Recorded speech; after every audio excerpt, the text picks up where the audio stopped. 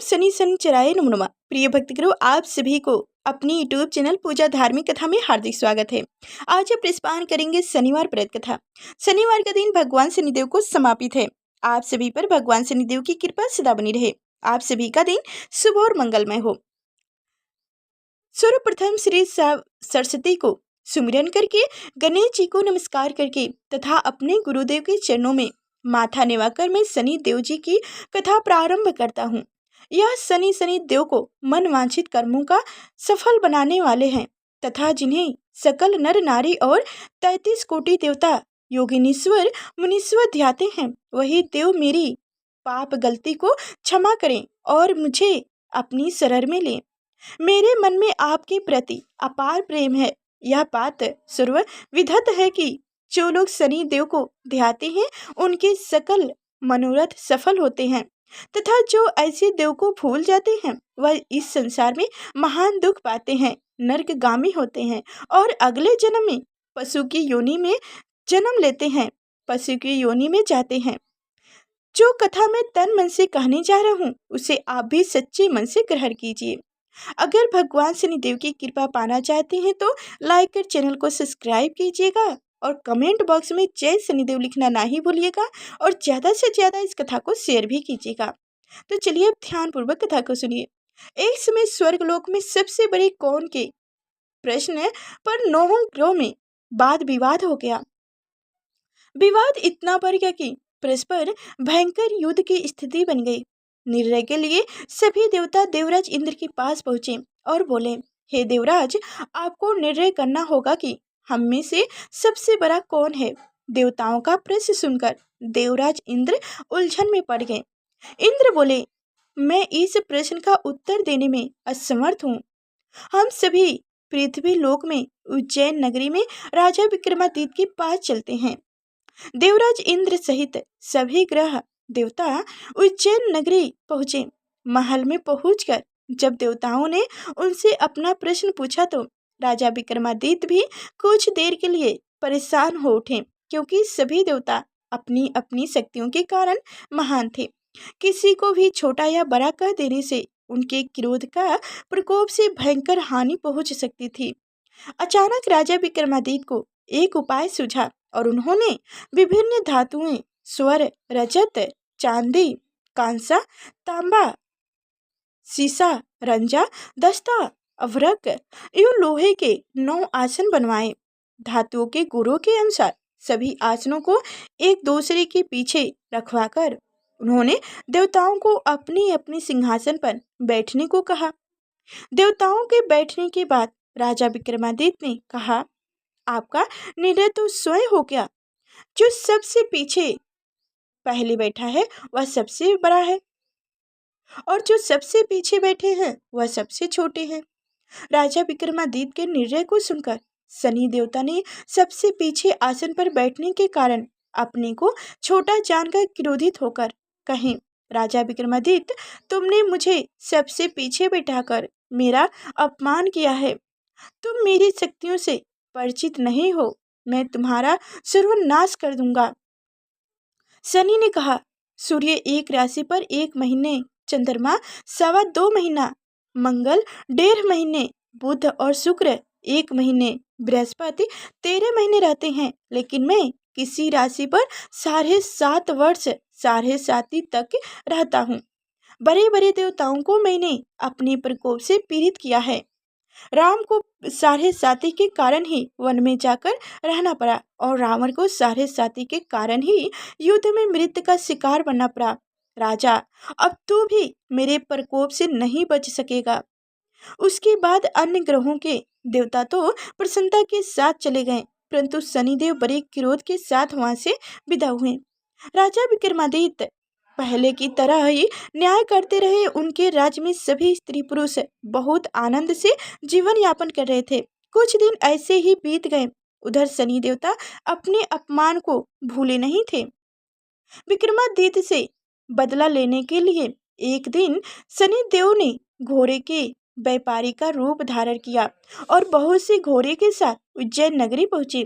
राजा विक्रमादित्य ने राज्य में किसी घोड़े के व्यापारी के आने का समाचार सुना तो अपने अश्रपाल को कुछ घोड़े खरीदने के लिए भेजा। घोड़े बहुत कीमती थे। अश्रपाल ने जब वापस लौटकर इस संबंध में बताया तो राजा विक्रमादित्य ने स्वयं आकर एक सुंदर एवं शक्तिशाली घोड़े को पसंद किया। घोड़े की चाल देखने के लिए राजा उस घोड़े पर सवार हुए तो वह घोड़ा बिजली की गति से दौड़ पड़ा।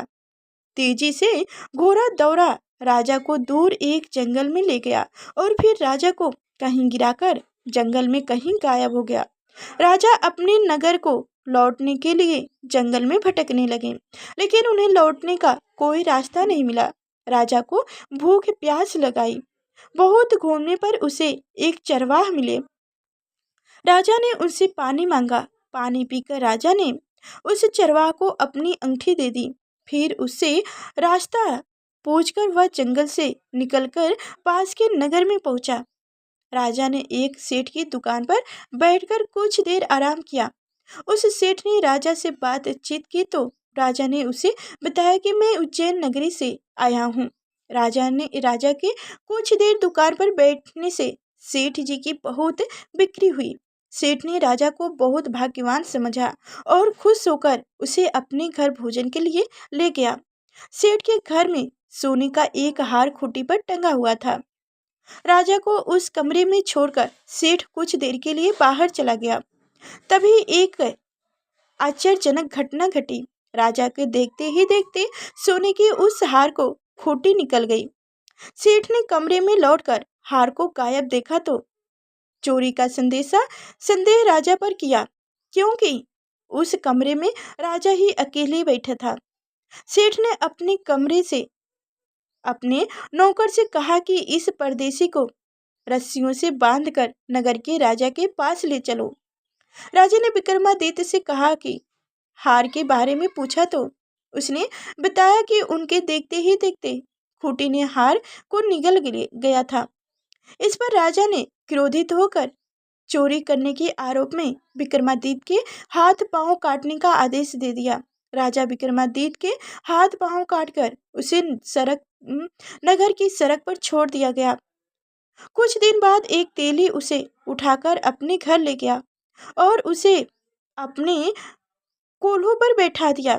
राजा आवाज देकर बैलों को हटाता रहा।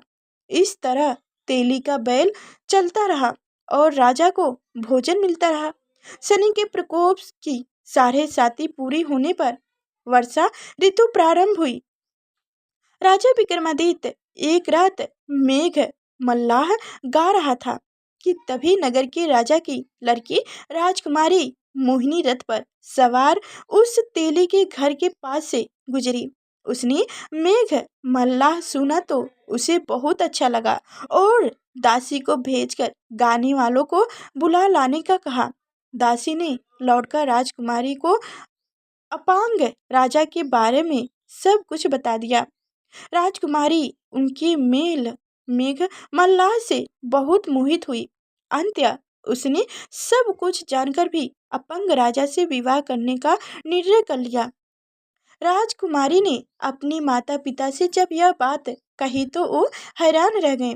राजा ने मोहिनी को समझाया, बेटी तेरे भाग्य में तो किसी राजा की रानी होना लिखा है, फिर तो उस अपंग से विवाह करके अपने पांव पर कुल्हाड़ी क्यों मार रही हो। राजकुमारी ने अपनी दीक्षा नहीं छोड़ी। अपनी जिद पूरी करने के लिए उसने भोजन करना छोड़ दिया और प्राण त्याग देने का निर्णय कर लिया। आखिर राजा रानी को बेबस होकर अपंग विक्रमादित्य से राजकुमारी का विवाह करना पड़ा। विवाह के बाद राजा विक्रमादित्य और राजकुमारी तेली के घर में रहने लगे। उसी रात स्वप्न में शनिदेव ने राजा से कहा, राजा तुमने मेरा प्रकोप देख लिया, मैंने तुम्हें अपने अपमान का दंड दिया है। राजा ने शनिदेव से क्षमा करने को कहा और प्रार्थना की, हे शनिदेव, आपने जितना दुख मुझे दिया है अन्य किसी को ना देना। शनिदेव ने कुछ सोचकर कहा, राजा मैं तुम्हारी प्रार्थना स्वीकार करता हूँ। जो कोई स्त्री पुरुष मेरी पूजा करेगा, शनिवार को व्रत करके मेरी व्रत कथा सुनेगा उस पर मेरी अनुपम अपार कृपा बनी रहेगी। प्राप्त का राजा विक्रमादित्य की नींद खुली तो अपने हाथ पांव देखकर राजा को बहुत खुशी हुई। उसने मन ही मन शनिदेव को प्रणाम किया। राजकुमारी भी राजा के हाथ पांव सही सलामत देखकर आश्चर्य में डूब गई। तब राजा विक्रमादित्य ने अपना परिचय देते हुए शनिदेव को प्रकोप की सारी कहानियां सुनाई। वही सेठ को जब इस बात का पता चला तो दौड़ता हुआ तेली के घर पहुंचा और राजा के चरणों में घिरकर क्षमा मांगने लगा। राजा ने उसे क्षमा कर दिया क्योंकि यह सब तो शनिदेव के प्रकोप के कारण हुआ था। सेठ राजा को अपने घर ले गया और उसे भोजन कराया। भोजन कराते समय वहां एक आश्चर्यजनक घटना घटी। सबके देखते देखते उस खूंटी ने हार उगल दिया। सेठ जी ने अपनी बेटी का विवाह भी राजा के साथ कर दिया और बहुत से स्वर्ण आभूषण धन आदि देकर राजा को विदा किया। राजा विक्रमादित्य राजकुमारी मोहिनी और सेठ की बेटी के साथ उज्जैन नगरी तो नगरवासियों ने पहुंचा।